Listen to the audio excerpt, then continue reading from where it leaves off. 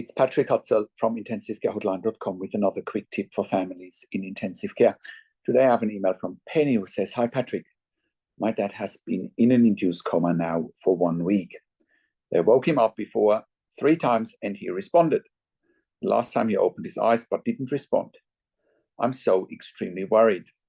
It seems like the longer they are sedating him, the more difficult it gets. I am heartbroken, but thank you for your video. It's a little comforting. Can you help?" All right. Penny, thank you so much for writing in. You are probably right in saying that the longer you keep someone sedated, the more difficult it gets. You are probably very correct in saying that, right? So here is what often happens. Trying to wake someone up after an induced coma, you haven't specified why your dad is in an induced coma, but let's just say he's got a pneumonia and they've cleared the pneumonia and now they want to wake him up. He's breathing more spontaneously, or they're trying to get him to breathe more spontaneously. Now they're waking him up. Then they're waking him up and he's opening his eyes, he's responding, but then he also gets a little agitated or gets a little combative even sometimes. So then you can see that patients can't follow instructions how to wean them off the ventilator. Then you have to put them back in an induced coma again, right? And maybe this time around they're using something else. Maybe this time around they're using midazolam/Versed instead of propofol, right? And then they're going into an even deeper sleep, generally speaking, and it takes longer for them to come out of an induced coma. So yes, it is a vicious cycle.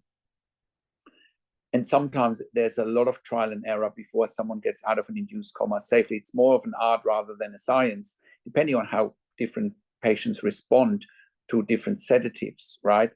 On top of the sedatives, patients are also often on fentanyl and morphine, which are opiates, to control the pain when patients are having a breathing tube in their throat, right?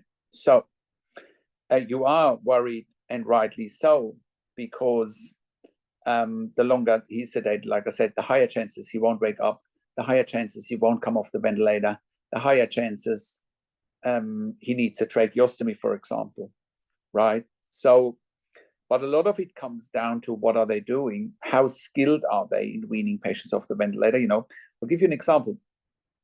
A lot of ICUs are running on a lot of junior staff. And if they're running on a lot of junior staff, that also means, they don't have as many skills as an ICU where there's lots of senior staff, whether it's doctors or nurses, right? So a lot of it comes down to that as well, to the skill level that an ICU can offer, right? Or has on the ground, so to speak, right?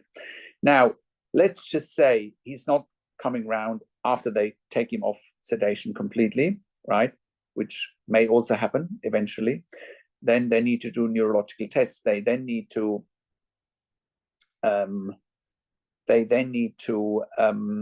do a CT scan of the brain, an MRI scan of the brain, an EEG, right? So they need to do all of that. They need to do all of that in order to ascertain whether there's some neurological damage, God forbid, right? But most importantly, I have written an article, How to Wean a Critically Ill Patient Off the Ventilator and the Breathing Tube.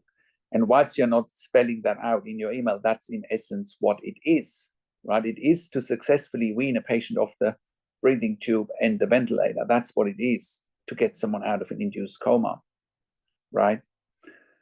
So be patient, but also they need to be persistent, and they need to find the right mixture of sedatives, and try and wake him up so that he can be talked through weaning off the ventilator, so that he can obey commands and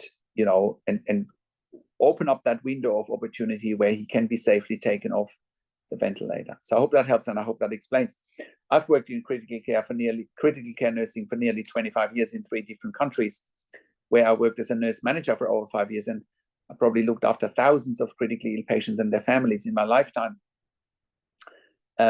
And I've been consulting and advocating for families in intensive care since 2013 here at intensivecare.hotline.com.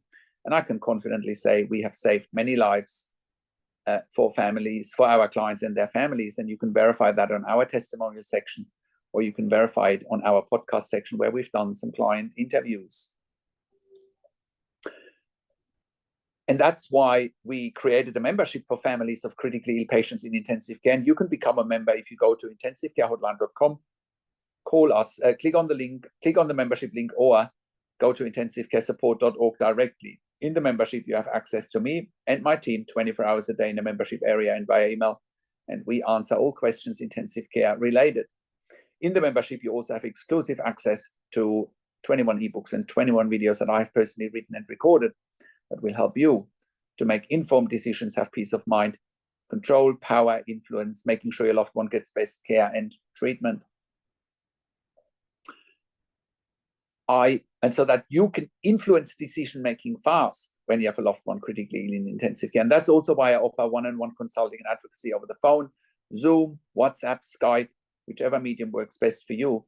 And I talk to you and your families directly. I talk to you and I handhold you and your families through this once-in-a-lifetime situation that you simply can't afford to get wrong. I talk to doctors and nurses directly, and I ask all the questions that you haven't even considered asking, but must be asked when you have a loved one in intensive care. We also do, and I also represent you in family meetings with intensive care teams. We also do medical record reviews in real time so that you can get a second opinion in real time. We also do medical record reviews after intensive care if you have unanswered questions, if you need closure, or if you are suspecting medical negligence. And all of that you get at intensivecarehotline.com. Call us on one of the numbers on the top of our website, or send us an email to support@intensivecarehotline.com with your questions. And if you like my videos, subscribe to my YouTube channel for regular updates for families in intensive care. Click the like button, click the notification bell, comment below what you want to see next, what questions and insights you have from this video.